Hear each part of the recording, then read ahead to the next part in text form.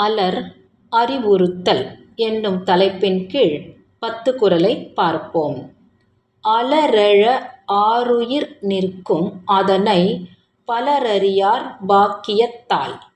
M காதலை பற்றி பழிதூற்றி பேசுவதால் அதுவே எம் காதல் கைகூட வாய்ப்பாக அமையும் என்ற நம்பிக்கையில் எம் உயிர் போகாமல் இருக்கிறது என்பதை ஊரார் அறிய மாட்டார்கள். மலரன்ன கண்ணாள் அருமை அறியா தளரெமக் கீந்ததிவ் ஊர்.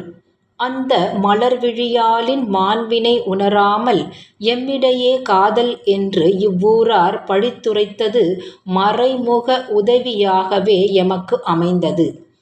உரா அதோ ஊரறிந்த கெளவை அதனை பெறா அது பெற்றன்ன நீர்த்து.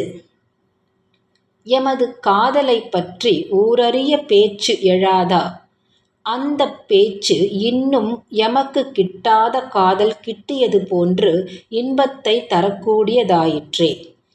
கவ்வையார் கவ்விது காமம் அது வின்றேல் தவ்வென்னும் தன்மை இழிந்து.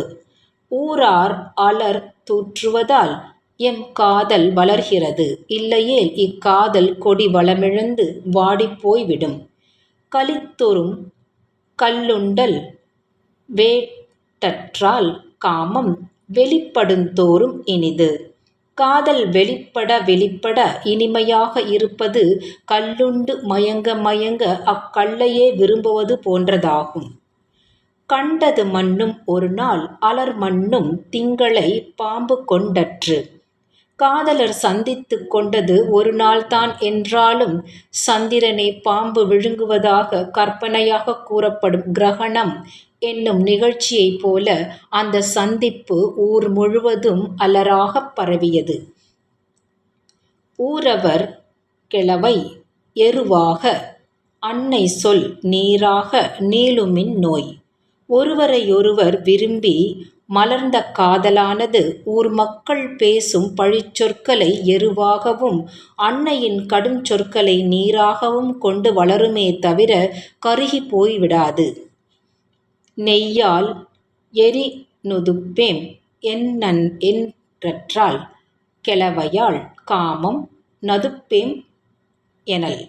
ஊரார் பழிச்சொல்லுக்குப் பயந்து காதல் உணர்வு அடங்குவது என்பது எரிகின்ற தீயை நெய்யை ஊற்றி அணைப்பதற்கு முயற்சி செய்வதைப் போன்றதாகும்.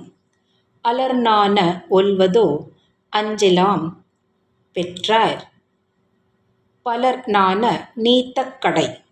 உன்னை விட்டுப் பிரியேன் அஞ்ச வேண்டாம் என்று உறுதியளித்தவர் பலரும் நாணும்படியாக என்னை விட்டுப் பிரிந்து சென்றிருக்கும் போது நான் மட்டும் ஊரார் தூற்றும் அலருக்காக நாண முடியுமா? தாம் வேண்டின் நல்குவர் காதலர் யாம் வேண்டும் கிழவை எடுக்குமிவ் ஊர். யாம் விரும்புகின்றவாறு ஊரார் அலர் தூற்றுகின்றனர். காதலரும் விரும்பினால் அதை ஒப்புக்கொள்வார்.